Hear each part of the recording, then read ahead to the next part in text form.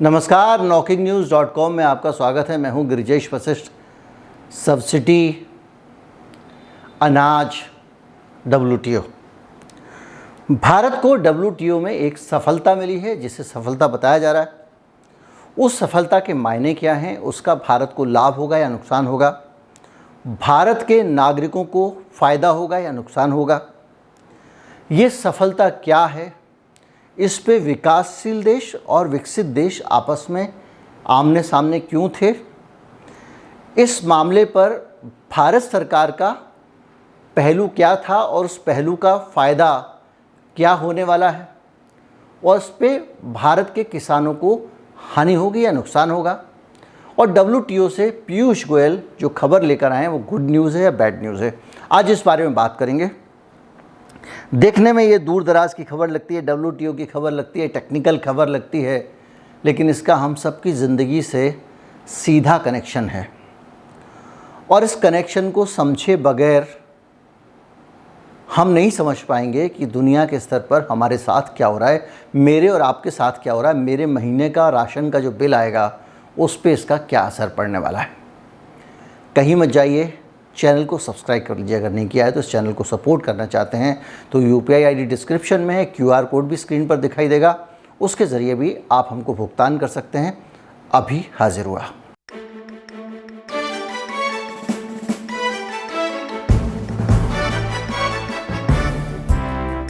दरअसल WTO का जो मकसद है वो ये है कि पूरी दुनिया में, मान लीजिए अमेरिका भी वही माल बेच रहा है, भारत भी वही माल बेच रहा है, चीन भी वही माल बेच रहा है, तो जैसे चीन करता है वो अपने सामान को, इलेक्ट्रॉनिक को सस्ते में डंप कर देता, मुनाफा नहीं लेता। उस चक्कर में भारत में इलेक्ट्रॉनिक कितना भी सस्ता बना लो, बन ही नहीं पा रहा है, तो आप चीन से कम्पीट ही नहीं कर पाओगे।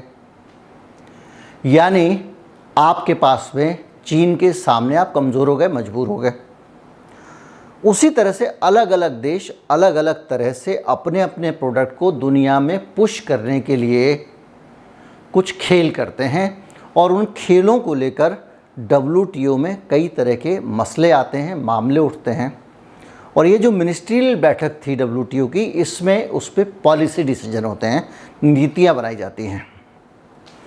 तो अभी तक का जो WTO का नियम था या नियम है, उसके हिसाब से अगर कोई एक देश दूसरे देश को कुछ बेचता या भेजता है तो उसका जो प्राइस मैकेनिज़्म है, उसका जो दाम तय होता है, उसमें कोई भी सरकार दखलंदाजी नहीं करेगी। उदाहरण के लिए कि भारत की सरकार अगर ये कहे किसान को कि भाई तुम्हें 100 रुपये क्विंटल पड़ रहा है कोई चीज़, तो तुम 20 रुपया हमसे ले लो और उसको 80 रुपये क्विंटल में बेचो, तो जब वो 80 रुपये क्विंटल में बेचेगा तो अंतर्राष्ट्रीय मार्केट में 80 रुपये क्विंटल में जाएगा, और जब वो अंतर्राष्ट्रीय बाज़ार में 80 रुपये क्विंटल में जाएगा तो जो दूसरे देश हैं उनके मुकाबले सस्ता होगा, तो हमारा माल तमाशा लूट लेगा और वो देश टापते रह जाएंगे।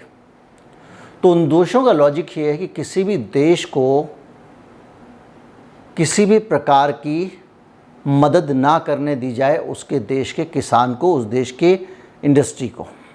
भारत के एग्रीकल्चर प्रोडक्ट को लेकर इसमें बहुत सारे ऐतराज़ पहले से रहे हैं, और उनमें 2-3 चीज़ें हैं, जैसे कि एग्रीकल्चर सब्सिडी। अब मान लीजिए आपने गांव में सड़क बना दी, नज़र इस पर भी WTO की रहती है, लेकिन वो कहते हैं ठीक है ये इंफ्रास्ट्रक्चर डेवलपमेंट चलेगा, ये ग्रीन बॉक्स में मानेंगे हम। आप कहते हो हमने पर्यावरण को बचाने के लिए कुछ काम किया है, चलेगा, क्योंकि इससे दाम पे असर नहीं पड़ रहा है। लेकिन जैसे ही आप दाम पे असर डालने वाला कोई काम करते हो, WTO को मिर्ची लगती है। जैसे कि भारत में जो 6,000 रुपये हमने किसान को किसान सम्मान निधि देनी शुरू की, अमेरिका ने इस पर ऐतराज़ किया। उसने कहा भाई ये किसान को मदद दे रहे हैं, और किसान को अगर ये मदद देंगे, पैसा देंगे किसान को, तो किसान को अपनी उपज उसकी सस्ती हो जाएगी, और जब उपज सस्ती हो जाएगी तो वो सस्ता माल बेचेगा, तो दुनिया के मार्केट में अमेरिका की दुकानदारी ख़राब हो रही है। आप सोचिए, जो ज़्यादा सोचने की चीज़ ये है कि वो पूरी जो दुनिया है, दुनिया की का जो सत्ता तंत्र, सरकारें हैं, इनको गरीब, मजबूर, लाचार लोगों की किसी भी प्रकार से कोई चिंता नहीं है। इनको ये दिखता मेरा माल बिकना चाहिए, किसान इंडिया का भूखा मरता है तो मरे, अमेरिका के मुनाफे कम नहीं होने चाहिए। दूसरा है यूरिया, खाद और बिजली पर सब्सिडी मत दो, क्योंकि आप किसान को बिजली पे सब्सिडी देते हो। जैसे दिग्विजय सिंह थे मध्य प्रदेश में, उन्होंने 3 हॉर्स पावर तक की मोटर बोला फ्री है, जितनी चाहो चला लो। कह रहे हैं इससे किसान को उपज सस्ती पड़ती है, उसके कारण वो सस्ती बेचता है तो व्यापारी सस्ती उठाता है उससे, तो वो एक्सपोर्ट करता है तो मार्केट में सस्ती जाती है। इस बात को लेकर बड़ा ऐतराज़ है अमेरिका को। और वो ये भी कह रहे हैं कि जो MSP है वो भी आप किसान को मत दो, यानी मिनिमम सपोर्ट प्राइस। अब इन सारी चीज़ों को अगर आप लें तो इसको लेके उनको ऐतराज़ है। वो कहते हैं अगर ऐसा करोगे आप तो ये गलत है, पहली चीज़। दूसरा, इस पद्धति से पैदा किया हुआ जो अनाज है उस अनाज को आप एक्सपोर्ट नहीं कर सकते। अभी हाल में मैंने आपको बताया था कि किस तरह से अनाज एक्सपोर्ट करने के लिए पूरी दुनिया दबाव डाल रही थी, और WTO के नियमों के कारण भारत का अनाज एक्सपोर्ट होने योग्य नहीं था, क्योंकि वो गरीबों की स्कीम के लिए MSP में ख़रीदा गया था। और MSP में ख़रीदा हुआ अनाज सरकार का अनाज है, सरकार सस्ते में बेचने के लिए ख़रीदती है। वो अनाज ये इंटरनेशनल मार्केट में बेच रहे थे, तो इसलिए WTO को इस पर ऐतराज़ था। तो इस बड़े झगड़े के बीच में आपको एक आंकड़ा समझने की ज़रूरत है कि जो अमेरिका ऐतराज़ कर रहा है वो ऐतराज़ सही कर रहा है या गलत कर रहा है। अगर आप सब्सिडी देखेंगे कि कौन देश कितनी सब्सिडी दे रहा है अपने किसानों को, तो फिलीपींस जो है वो अपने किसानों को 3.1% सब्सिडी दे रहा है, और भारत 0.5 यानी आधा प्रतिशत ही सब्सिडी देता है। 0.6 यानी रुपए केवल जो है वो 0.6% ही सब्सिडी दे रहा है, और अमेरिका 0.5% सब्सिडी दे रहा है, यानी हमसे 0.1% अमेरिका की सब्सिडी कम है। बाकी इंडोनेशिया 2.9 है, इंडोनेशिया फिलीपींस बहुत ज़्यादा दे रहे हैं। अब जब आप सब्सिडी को देखेंगे तो आप कहेंगे हाँ भाई सब्सिडी भारत की थोड़ी सी ज़्यादा है, लेकिन ये परसेंटेज में ज़्यादा है। अगर आप इसी सब्सिडी को ट्रांसलेट करो, ये जो हम दे रहे हैं 0.06%, ये हमारे GDP का है, और जो अमेरिका दे रहा है 0.05% वो अमेरिका के GDP का है। फिलीपींस जो दे रहा है वो उसके GDP का है, तो सबकी GDP भी तो अलग अलग है। 2020 में भारत की GDP से अमेरिका की GDP 10 गुना बड़ी थी, यानी अमेरिका की सब्सिडी जो 0.5% है उसको 5% मान के चलिए भारत की धनराशि में अगर आप देखें तो। दूसरा, अमेरिका में किसान कम है या किसान ज़्यादा है? वहाँ बिल गेट जैसे बड़े बड़े किसान हैं जिनके खेत सैटेलाइट से दिखाई देते हैं। तुम उनको सब्सिडी दे रहे हो और हमको कह रहे हो गरीब किसान को सब्सिडी मत दो। और इसके बाद में अमेरिका जो है वो ये कहता है यार कि ये सब्सिडी देते हैं और उनके इंडस्ट्रियलाइजेशन है खेती का, तो इनका अनाज थोड़ा हमसे सस्ता हो जाता है तो हमारा अनाज कम बिकता है, इसलिए रोक लगाओ। तो WTO में वो अड़ंगा मारने पहुंच गए कि किसान को खाद मत दो, सब्सिडी। आप समझे मोदी सरकार किसके दबाव में, किसके इशारे पे किसानों की सब्सिडी कट करती है? मनमोहन सिंह सरकार किसके इशारे पे सब्सिडी कट करती थी? मनमोहन सिंह सरकार किसके दबाव में किसानों का गला घोंटती थी, या मोदी सरकार घोंट रही है? इससे आप अंदाज़ा लगा लीजिए। इंटरनेशनल मार्केट में ज़्यादा से ज़्यादा माल बिक जाए, इसके लिए अपने लोगों को मार दो। ब्राज़ील ने चीनी पे ऑब्जेक्शन लिया था, ये कहा था कि यहाँ किसानों को गन्ना में सब्सिडी देते हैं, फिर उसके बाद में सस्ती चीनी बेचते हैं और हमारा चीनी का मार्केट ठप हो गया। तो ये जो पूरा जालिमाना पूरी दुनिया का जो सिस्टम है, उसमें उन लोगों को खुश करने के लिए आप अपने ही देश के किसान की सब्सिडी काटते हो और अपने देश के नागरिकों के मन में किसान के प्रति नफरत पैदा करते हैं। पॉलिटिशियंस ये बताने की कोशिश करते हैं कि ये मुफ्तखोरी है, ये खैरात है, जबकि सच ये है कि वो खैरात इस देश के लिए नियामत बन के आती है। और इन सारी चीज़ों के बीच में कुछ उदाहरण सामने आए, जैसे कि पंजाब के किसान काफ़ी समृद्ध हो गए क्योंकि उनको वो सब्सिडी ज़्यादा अवेल कर पाए, वहाँ एमएसपी अच्छी तरह से मिलती है। अब अमेरिका का जो कैरेक्टर है, अमेरिका आप कहेंगे मैं हमेशा अमेरिका की बात करता हूँ क्योंकि दुनिया में है भी दुष्ट कभी, उसका अगर आप कैरेक्टर देखें तो उसका देखिए डबल कैरेक्टर जो है, दोहरा चरित्र है अमेरिका का। 2018-19 में भारतीय किसान में जो फैमिली है उसकी औसत सालाना आय 1,25,000 रुपये थी और अमेरिका में ये 65 लाख रुपए। एक आदमी 1,25,000 साल में कमा रहा है, दूसरा 65 लाख रुपए कमा रहा है साल में, और आप कह रहे हो कि 1,25,000 वाले को भी मर जाने दो, उसको बिल्कुल कोई सपोर्ट मत करो क्योंकि हम 65 लाख वाले को भी नहीं करते हैं। ये कहाँ की बातें हैं? इनको बिल्कुल ये दुनिया के बॉस समझते हैं ना, पूरी दुनिया में ये मानते हैं कि इनका राज चलता है, पूरी दुनिया इनके हिसाब से चलनी चाहिए। तो दुनिया के लोगों के इंसान भी तो मान के चलो। अफ्रीका में लोग मर जाएं, आप इतनी स्टोरीज़ हैं, मैं आपको क्या बताऊं कि अफ्रीका में मैं समय समय पे निकाल के लाऊंगा। अमेरिका को खनिज प्रोवाइड करने के चक्कर में गल गल के मर रहे हैं लोग अफ्रीका के, ये हालत है। और 2000 इसके बावजूद मैं बता रहा हूँ कि ये जो इनकम की डिस्पैरिटी है कि 65 लाख रुपए वो कमाते हैं और हम कमाते हैं 1,25,000 रुपये, हमारे जो एवरेज इनकम है किसान की, एक किसान परिवार की साल में। उसके बावजूद 2020 में अमेरिका ने अपने किसानों को 3,58,000 करोड़ रुपए और भारत में केवल 2,35,000 करोड़ रुपए की सब्सिडी दी गई।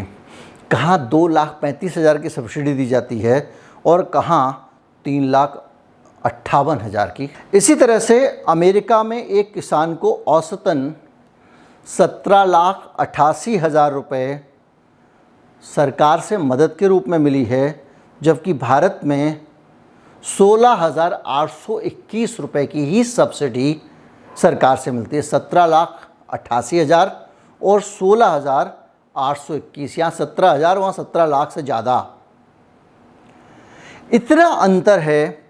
और उसके बावजूद कहते हैं कि किसान को सब्सिडी मत दो। ये सारी चीज़ें हैं और ये इसमें बहुत सारे देश जो दुनिया के हैं, जो देश दुनिया में वेलफेयर स्टेट चाहते हैं, जो देश चाहते हैं कि आम नागरिक पे पहले ध्यान दिया जाए बिजनेस के मुकाबले, पूंजीपति के मुकाबले, धन्ना सेठ के मुकाबले, उन देशों में सहमति रहती है, वो ख्याल रखते हैं। इसलिए बावजूद इसके कि चीन के साथ भारत के कितने संबंध सीमा विवाद को लेकर, लाइन ऑफ एक्चुअल कंट्रोल को लेकर हैं, उसके बावजूद चीन हमारा इस मामले में सपोर्ट करता है। और भारत और चीन से सब्सिडी के खिलाफ जब प्रस्ताव आया तो दोनों साथ खड़े हो गए और उसने कहा कि 80 देशों के साथ जो है वो हम हैं, 80 देश हमारे साथ खड़े हुए हैं। और WTO का जो मैकेनिज्म बनाया है ना, वो बड़ा टेढ़ा बनाया है इन्होंने। जो बनाया तो फिरंगों ने ही, तो उस मैकेनिज्म में ये है कि बहुमत से फैसला नहीं होता है क्योंकि अमीर और रईस देश तो कम, तो फैसला कैसे होगा? फैसला सर्वसम्मति से होगा। तो जो WTO की बैठक होती है उसमें यही होता है। 9 साल पहले, 9 साल से चला आ रहा है, कोई नियम बदल ही नहीं पाता है क्योंकि दोनों पार्टियां अलग अलग हो जाती हैं। पीयूष गोयल की जो तारीफ़ की जा रही है, ये बताया जा रहा है भारत के वाणिज्य मंत्री के बारे में कि उन्होंने इस बार कंस्ट्रक्टिव रोल निभाया और सबको एक प्लेटफॉर्म पे लाके थोड़ी थोड़ी सहमति बनाई, जिसपे भविष्य में कुछ ठोस निर्णय होने की उम्मीद है और इतने भर को काफ़ी उपलब्धि माना जा रहा है। अमेरिका का कैरेक्टर देखना है तो एक और उदाहरण देता हूँ। 28 अमेरिकी सांसदों ने जो बाइडेन को चिट्ठी लिखी और भारत के खिलाफ WTO में केस करने को कहा क्योंकि ये किसानों को सब्सिडी देते हैं। ये अमेरिका का कैरेक्टर है। और इस पत्र के बाद जो है ये कहा गया कि 10% से ज़्यादा सब्सिडी दे रहा है उत्पादन मूल्य की। अब भारत में उत्पादन सस्ते में हो जाता है तो जरा सी इतनी सी सब्सिडी भी 10% से ऊपर निकल जा रही है। अब आप इसको, मैं आपको शुरू में कह रहा था कि आपका जो किचन है, हमारा आपकी जो ज़िंदगी है, महीने का खर्चा है, उससे इसको आप जोड़ के देखें। अमेरिका शुरू से चाहता, जब WTO बना था तभी से चाहता कि भारत में मजदूरी बहुत कम मिल रही है, ये कम हो रहा है, वो कम हो रहा है, मतलब कुल मिला के भारत का अनाज महंगा करो, भारत में सब्सिडी मत दो। तो महंगा होगा भैया तो सबके लिए होगा ना। जो पीडीएस का राशन लोगों को मिलता था वो तो सरकारों ने बंद कर दिया। मोदी जी ने उसको जो है, मनमोहन सिंह जी लेके आए थे स्कीम, सबका बैंक अकाउंट खोलेंगे, डायरेक्ट सब्सिडी देंगे, धीरे धीरे करके उसको ख़त्म कर दिया। अभी तो पिछले दिनों कहा कि राशन कार्ड से जिस जिसने राशन लिया है वो सारा का सारा अपना जो है वो राशन कार्ड रद्द कराएं, वरना उनसे वसूली करी जाएगी। पिछले दिनों एक आदेश आया था, बाद में वापस हो गया। तो धीरे धीरे करके जो आपको सस्ता अनाज मिलता था सरकार की तरफ से मदद के तौर पे, वो तो छिन गया है। और जो अनाज का मार्केट प्राइस है उसको महंगा कराने के लिए अमेरिका जैसे देश, फ्रांस जैसे देश, जो दुनिया के अमीर देश हैं, वो दबाव बना रहे हैं कि महंगा करो। भैया तुम तो अमेरिकन हो, तुम्हारा तो जो है वो डॉलर पूजता है, तुम्हारे लिए तो वो अनाज बहुत सस्ता पड़ेगा। हम तो बर्बाद हो जाएंगे इंडियंस। हमारा महीने का, हम जब अगर राशन महंगा हो जाएगा, सब चीज़ महंगी हो जाएगी, जो हो ही रही है, तो हम भारतीय कैसे सरवाइव करेंगे? इससे उनको क्या मतलब है? तो ये है सारा विवाद। सीधे सीधे मैं दोबारा से रैप अप कर देता हूँ आपको कि अमेरिका जो है वो नहीं चाहता कि हम गेहूं के मामले में किसान को सब्सिडी दें, और ये वो अड़ंगे लगा रहा था। और WTO में इस बार इस मामले में भारत को राहत मिल गई है। सब्सिडी का सारा सिस्टम पहले की तरह चलता रहेगा। एक्सपोर्ट हम ज़्यादा करते नहीं हैं, अनाज कम से कम गेहूँ तो नहीं करते हैं, तो उतना ज़्यादा उनको फ़र्क भी नहीं पड़ना चाहिए। लेकिन पता नहीं क्यों अड़ंगे लगा रहे थे। जो भी है, दाम बढ़ाने के पीछे और भी वजह होती हैं, जैसे कि ये लोग चाहते हैं कि उनके जो पेटेंटेड बहुत सारे जो वहाँ से तरह तरह की फसल आती है, बीज आते हैं, जेनेटिकली मॉडिफाइड फसल आती हैं, तरह तरह के फर्टिलाइज़र आते हैं, तो जब महंगी होती है फसल तो मार्केट को भी ज़्यादा कट मिलता है। यानी गेहूँ जिस दिन हो जाएगा 1000 रुपये क्विंटल, उस दिन गेहूँ में डालने की जो दवा आप ख़रीदोगे, वो आदमी भी आपसे 200 रुपये की भी मांग सकता है, 300 रुपये भी मांग सकता है, 500 भी मांग सकता है, 1000-2000 भी मांग सकता है अपनी दवा का, अपने यूरिया का, उनका जो भी तरह तरह के वो लाते हैं। तो इसलिए वो चाहते हैं, जितनी महंगाई होती है पूंजीपति को उतना लाभ होता है, इसलिए वो चाह रहे हैं। वो पूंजीवादी दुनिया है और पूरी दुनिया एक है, तो वहाँ के पूंजीपति भारत के मार्केट में माल खपाते हैं। किसान दिन रात मेहनत करके पसीना बहा के गेहूँ बनाता है, और उसमें से एक बड़ा हिस्सा वो इन सबको दे देता है, कीटनाशक के नाम पे, दवा के नाम पे, दूसरी चीज़ों के नाम पे। तो उससे भी कमाई बढ़ेगी।